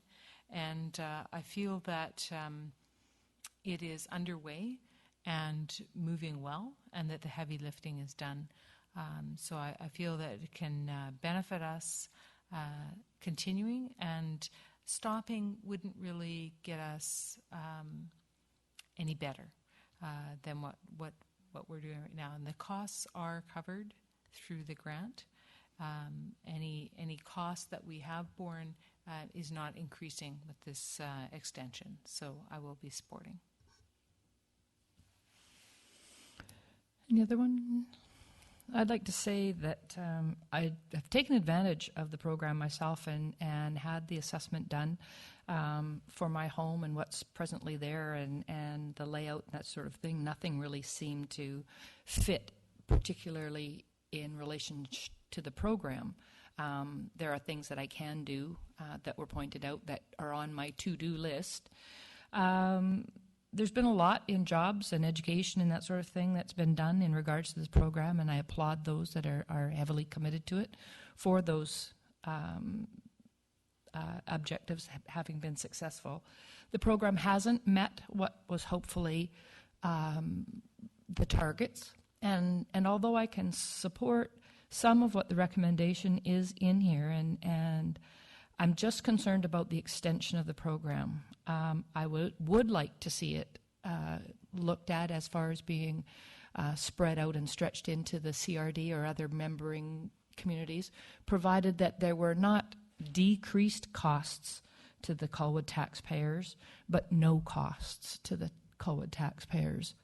So with this present as it is recommendation, I could not support, but I would certainly look to having some other measures of it if NRCan was willing for us to, move outside our boundaries and offer it through other businesses and residents. That could be something that we could see in this time frame by the end of 2013, and then revisit that opportunity to extend the program possibly.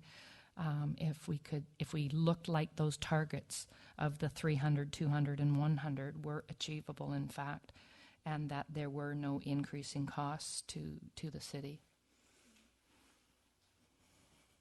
Councillor Cullington? Thank you. I just wanted to clarify the issue of decreased cost, no cost. So the way this extension and expansion is structured, we're looking at when the motion talks about decreased cost, it's in relation to the city's original commitments to NRCan. So there was an original commitment that we would commit up to 31,400 in cash and 300 and whatever thousand in staff time. So very much looking at decreases to that. The principles are around there is no cost to the Colwood taxpayer for the expansion of the program because all of those costs are handled either under NRCan or through the homeowners and outside of Colwood and what they pay. The extension of the program equally is at no cost to the Colwood taxpayers because the additional admin costs would be covered through the NRCan grant, and through charging the program fee on the CRD-wide basis, that allows us to cover the costs of any additional staff time. And I think, as Councillor Day said, we're really at a stage where the kind of staff time that's going into this is relatively minimal. And I guess I had a question for either Adair or Michael. What percentage of staff time is being spent on Solar Colwood?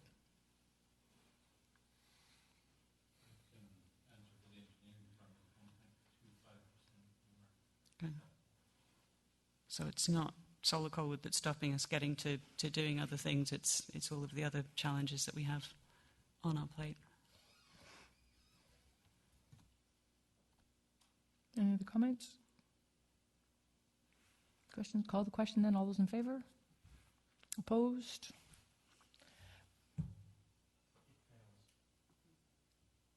From the tie.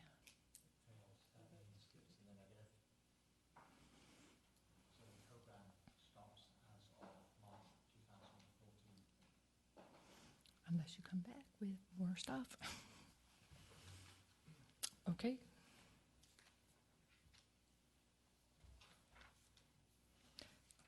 Issues in 6.5.3, issues and liabilities on Colwood's coastline. Change gears here.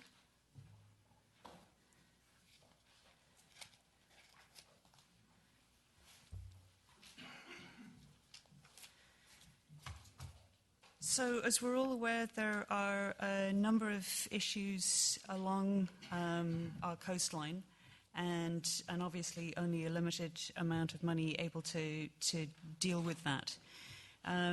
What we did at committee was to look at this in terms of sections and what the particular issues and liabilities were with each section of the report.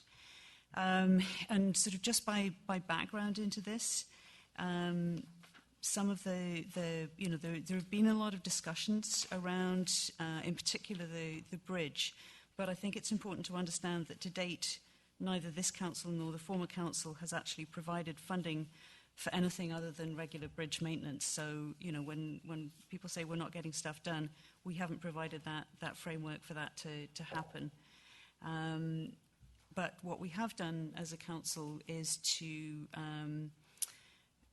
recommend that we want to have a referendum with the next municipal election to put this issue out to the public. And the other thing that we did was, in the budget for 2013, we now have $75,000 to work towards some of the priority problems. So when you look at the coastline as a whole, and you'll see this in the report. So there's the section currently in front of Royal Bay.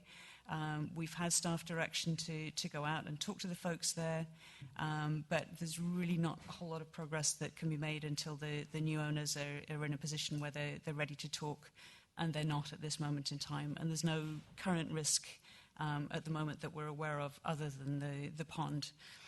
There is a short piece of park between Royal Bay and the duplex. We know that there are some issues like trail erosion, but these are relatively simple to deal with in terms of cutting new trails, and I understand that's coming forward to the Parks Committee at some point in time. That little extension of Ocean Boulevard that goes out to the duplex, those of you who've been down there during a good winter storm know that the waves are washing over the rocks there and tossing logs onto the road. Public Works go down and clean them off. We are starting to see erosion right at the edge of the road, and that is likely to continue down the way. The pump station, probably not the best place to put a pump station, but it's there. And again, we're starting to see issues during winter storms where the waves are crashing up onto it. The pump station itself is probably not going to disappear beneath the deep blue sea in the next couple of years, but there is in particular an issue. There's an electrical box up there that is vulnerable, and over the longer term we are looking at the pump station being vulnerable. So we do need to be looking at that one.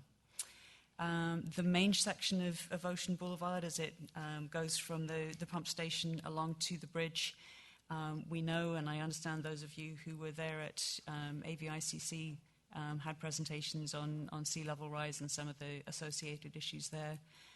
So we know that is very vulnerable to maximum waves. I was interested at CID the other day. We also had a tsunami report, and it talked very clearly about what we hope won't happen, but the big one will certainly cause some major challenges for that piece of road, and it's probably gone. But hopefully that won't happen in any near future. Then there is the bridge itself, and as we've talked about lots of times before, there are kind of multiple components to the bridge. So there is the south approach to the bridge and where it connects to Ocean Boulevard. We're getting some slow erosion under the bridge, but sort of faster on the seaward side of the peninsula. Some of you probably saw that we had a bit of a sinkhole developing. I think was that last week, but that's now been fixed up. So we're continuing to kind of check on it and make sure that it's doing everything that it's supposed to do. The bridge itself, of course, we know that deterioration of the piles is a significant issue, and there are a number of options there, some of which range from sort of less expensive to quite expensive. But we are continuing to do the ongoing repairs. The north approach to the bridge obviously was recently rebuilt and appears to be kind of working the way that we hoped that it would. In terms of where we should put the resources that we currently have, the staff recommendation that committee agreed with was that the top priority was preventing problems at the pump station. Certainly kind of, if we do have a problem there, the impact is very significant. We don't want large amounts of sewage ending up in the ocean. And it was also identified by the Municipal Insurance Association that is an issue that we want to do. There was a fair amount of discussion of riprap and what could be done using riprap, but also noting that if we just put riprap in place without the kind of proper knowledge and of how to do it, it's very easy to create issues elsewhere, and we've certainly seen that with the riprap that went in front of the D&D building. That we're getting significant erosion on either side of that. So the thinking behind the recommendation is to get a knowledgeable person to look at really determine what the options are for the pump station, from the kind of the full-on cost of moving it to, hopefully identifying some simple and cheap fixes that will bode us well in the short term. And also to get that consultant to look at some of the options for some of our other vulnerable areas. And then once we know what those costs are, then hopefully be in a position to go on to the next step. So it was recommended by committee, and I so move that a consultant be engaged to prepare conceptual design options and estimates for protecting or moving the Ocean Boulevard pump station. The designs would be undertaken in accordance with the scope of work for coastal engineering on the attached as Appendix A to the province's floodplain guidelines. In the meantime, some temporary protection be added to the Ocean Boulevard pump station using the same consultant for advice, so as to reduce the imminent possibility of failure this winter, and include in the consultant's work budget estimates for further consultants to prepare conceptual design options and estimates for dealing with other issues along the entire coastline. And 2, once the cost of item 1 above has been established, the staff report back to committee to determine the next step. Second. Councillor Logan. Thank you, Worship. I thought Councillor Collington put it quite well and echoed some of the thoughts that staff have had in the previous years during budget time, is that Council just hasn't put any money into the budget to do any work. And thus, we haven't done any work, and I agree. That's our fault. We haven't included any funding to get that done. So I was quite delighted when Council did approve $75,000 in this year's budget for what I thought was to actually get some work done. So that's why I have a hard time in supporting this motion. Not that I necessarily disagree, but that. When I approved or voted for that $75,000, it was to get some hard work done, not necessarily to hire a consultant and prepare conceptual designs. So based on those comments, from what my understanding was during budget, I cannot support the recommendation. Thank you. Councillor Lugans. Thank you, Your Worship. Through you to the city's engineer, of any of the studies that we have in our filing cabinet, do any of them address this? The pump station, no. The Seabulk report was the only report that addresses trying to deal with the problem of erosion, and it addressed the entire length. It mentioned that the pump station is vulnerable, but all of their solutions were about addressing the entire length or starting at the Gotha Spit, with eventually addressing the entire length later. So we don't have a report that tells us what we need to do in this case. Okay. My second question is, the title of this report is Issue and Liabilities on Colwood's Coastline. And I know it addresses a few issues, but the real focus of this seems to be around, what we can do or what we need to do as far as protecting the pump station. So I just have a question with respect to that, because I know there was a presentation by some community members previously. Will the issues of the coastline be addressed in a later report, with respect to what actions are going to be taken, and their input is going to be considered, which was asked of council, or how is that going to be addressed as well? Because I'm not sure that I see it in here. The input from that group was considered and is in addendum 4 to the report. There's a complete dissection of everything that was in their presentation in addendum 4 to the report, my report on the last agenda. And the report did address the entire coastline. There is a section on each piece of coastline, but there is also a very limited amount of money to deal with. And therefore, the resolution, or the recommendation anyway, suggested getting a price on this one piece so that then we can see how much money is left over to address the next piece. And the idea is to address them in order of priority. Thank you. My final question is, I was also under the same impression that the $75,000 was going to be to do some physical work. I'm just really challenged that we keep having to engage consultants and do more reports and then study it some more. I feel like a real politician at this point. So I'm not sure where I'm going here, because I know we need to do it and I know we need to do something. Is it going to cost the full $75,000? In the time I've been here, we've done one report that cost $12,000. We have done no other reports other than reports I've written, and I'm not an expert. All I can do is warn you about the problems. I can't realistically tell you what it's going to cost because coastline work is not something I've ever been involved in. The sea bulk report was done, as I say, for about $12,000, but it was very high level. And here we're talking about specific detail about what we should do. Okay, well, no pressure. Councillor Cullington? Thank you. Through you, a question to the city engineer.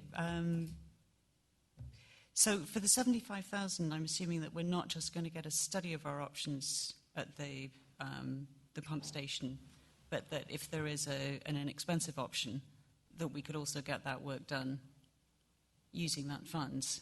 I sure hope so. I think $75,000 would be an awful lot of money to spend on that report. Yeah.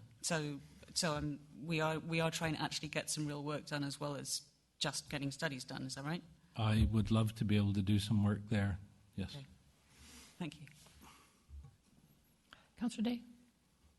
Thank you. It was my understanding when we included the money in the budget that we had to come up with a plan first, and that we put in what we felt was enough money in the budget to ensure that we had a good plan and to be able to start to implement it, at least not knowing what the range of costs would be that are going to be identified, but at least a place to start from. So I think this is the first step, and I can completely relate to the frustration around the table because I found it very frustrating since I was on council and asked for the sea bulk report because we just can't keep looking at everything in isolation, and fix one thing only to find that something else has gone bad right beside it, which is, at least appears to me, to be what happened with armoring the house that was there for D&D.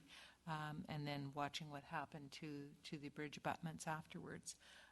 So I think that it's very important that it may be difficult area to know what's the right course of action because nobody is really an expert on Mother Nature, but that we get as informed an opinion as we possibly can and take some steps to move forward.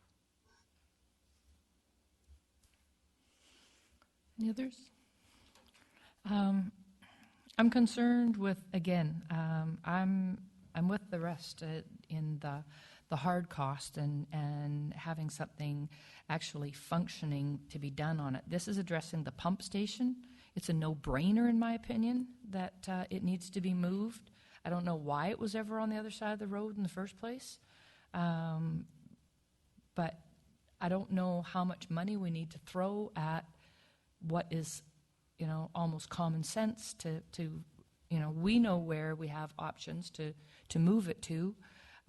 We should be able to cost that out relatively closely. We know what the costs were to put it in where it is. And I don't see any sort of parameters on here on how much money is being willing to be put at this conceptual design option and estimates for moving or protecting the pump station. It doesn't address anything else on the lagoon area or the whole peninsula area. We'll come back and do more of that in the next step. So I don't know whether it's helpful to put some dollar maximums around it, and if it has to come back before council or back before staff, to get more money. I just would hate to see a significant portion of the funds that we really had to look very hard at to find within the budget this year and hold over to actually try and get something done. May I address that? Moving the pump station is going to cost in excess of $1 million.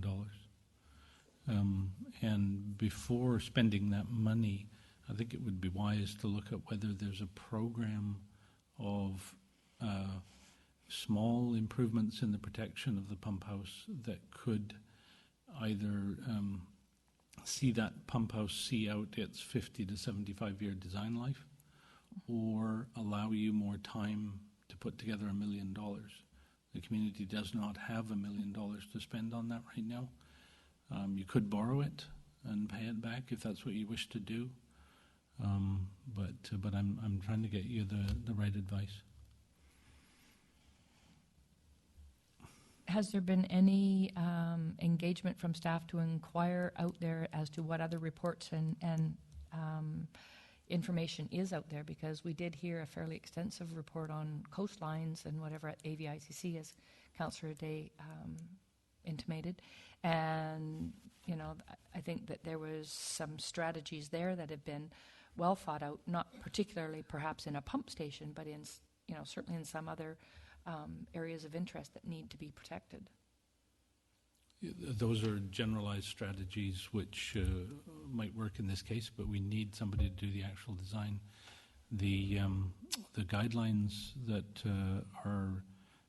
that were discussed at AVICC are very specific, that you need to consider the specific wave action at the specific piece of topography that you're talking about before you know what you're protecting against. Anyone else? Call the question. All those in favor? Opposed? Motion, I don't know. Motion carries.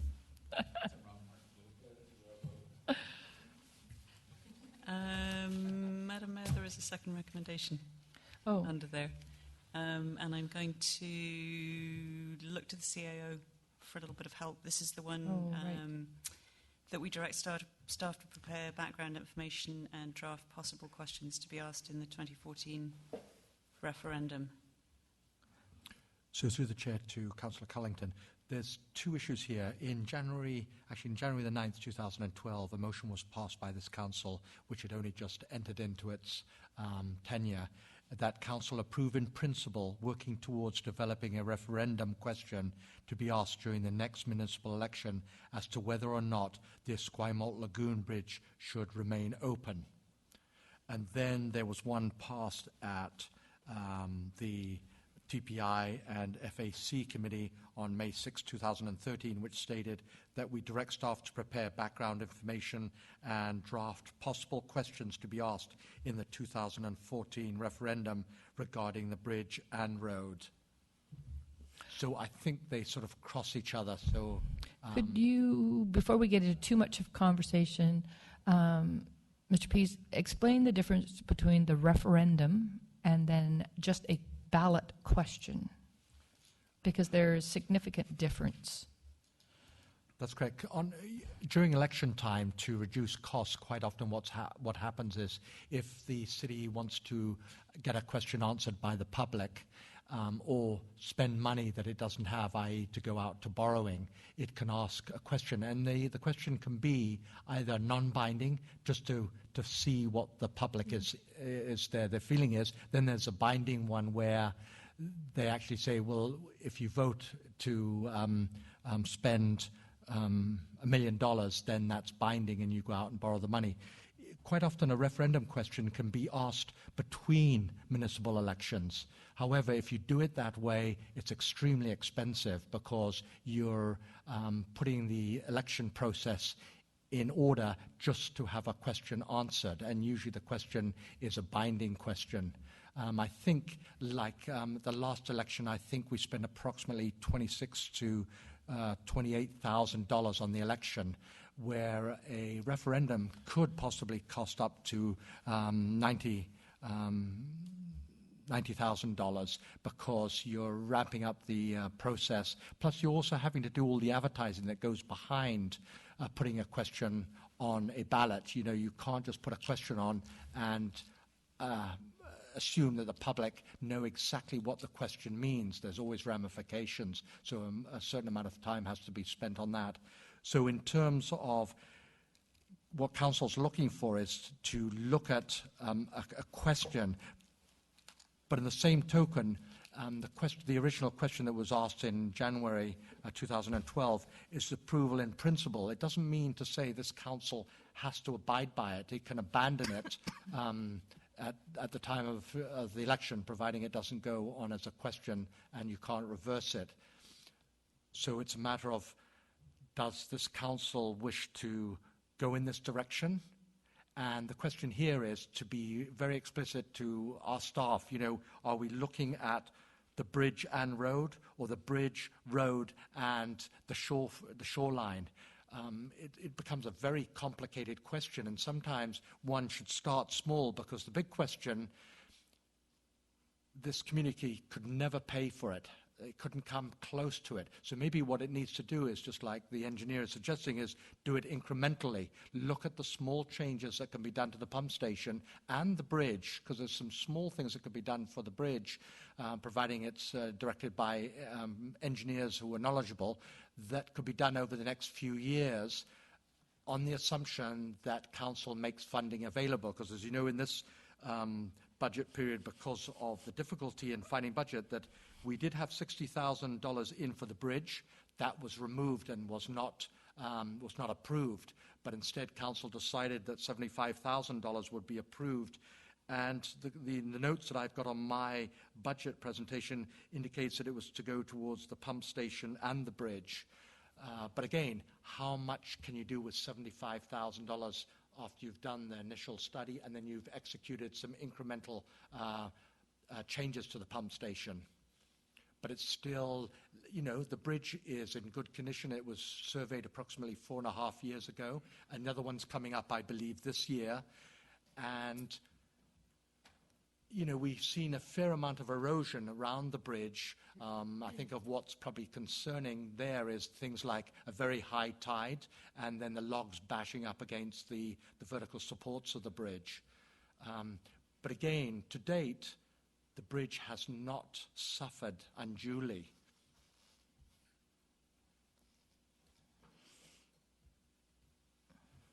So the thinking behind the recommendation that was put on the table at the joint TPI finance meeting was really to build on the prior motion that Council had made and really start to recognise that we're getting closer to that point.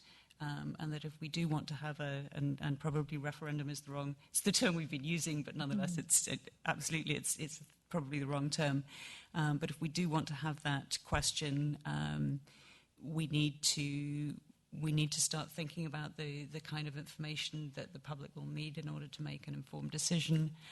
We need to start moving towards thinking about what is the question that we want to put on that. You know, should it be binding or non-binding? There are a number of different questions, and so really the thinking behind this recommendation, and I haven't actually put it on the table yet because I think it may need to be reworded, was really to kind of say we need to start that. We need to give staff direction to start that process moving. So I would look to Chris and Michael in terms of what might be appropriate wording to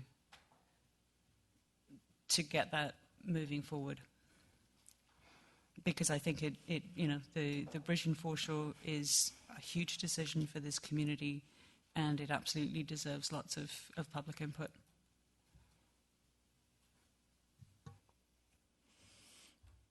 Anything come to mind, Councillor Day? I just wanted to say that I definitely supported the question being put to the public. I think we called it a referendum, but I think it is more correctly a question on the ballot. And I don't know yet if it should be a binding question or not. I haven't really considered that. This is the first time I've really thought about that here tonight. But what I do want is I want to take that information that we have received about impending sea level rise and give some information to our public about what we can expect. We can expect that with sea level rise, there will be overtopping of the road with waves at different, when there's high tides and high storms. And we can expect that there will be logs on the road, and we can expect that there'll be a certain amount of damage. And we need to identify that for people, what that looks like, and then how much money are we going to spend on this infrastructure is important decision to be made. And that's what I think I want to involve the public in, is how much money we spend on something that we know is at risk. And certainly for me, the most important infrastructure down there, because it's the most valuable infrastructure down there, is the sewer lift station. And I'm feeling like it's a strategy that we're looking for in getting the information from the public. So is there, a way to create that, whether we strike a committee that deals temporarily with looking at aspects of the bridge and lagoon area and come, I hate to put upon staff more time challenges in things, knowing what the desks of many of them looks like at this particular time, and we're heading into summer, which is even more challenging for that. And we have a new website coming up. I think there's a very creative way to get some survey information out there, get some Q&A kind of stuff. We have those options that will be coming forward that could, take a lot of that interest and turn it into something meaningful. Councillor Day?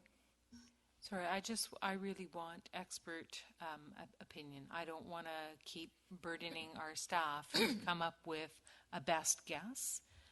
I would really like to have, which is why, I feel that this consultant is really important, because I would like to have someone from that field give us what the data is that we have currently out there. There is a provincial body that's come up with a recommendation for how to plan. And I think that we should have that information put forward in a professional manner. That's what I think our residents expect from their city. I don't think we're looking for the consultant to draft the possible questions on there. That wasn't the recommendation. Sorry, but they do have to give us the information of what we're dealing with. They have to, I would think they have to predicate their work on what the standard is for planning for sea level rise and for foreshore areas.